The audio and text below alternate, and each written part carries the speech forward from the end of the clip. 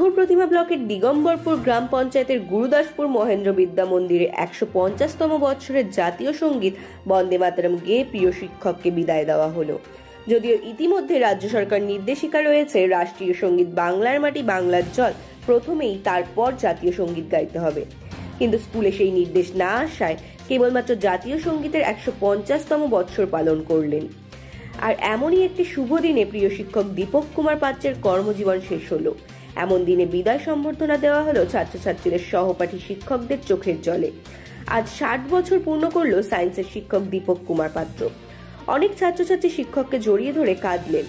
বিভিন্ন উপহারের মধ্যেই শিক্ষকতার সহপাঠীরা ওনার হাতে তুলে দিলেন বাঁশের কঞ্চি, কারণ এই দীপক বাবু ছাত্রদের কাছে ছিলেন মারকুটে শিক্ষক হিসেবে বিখ্যাত, যার ভয়ে ছাত্রছাত্রীরা জুজু হয়ে থাকতো।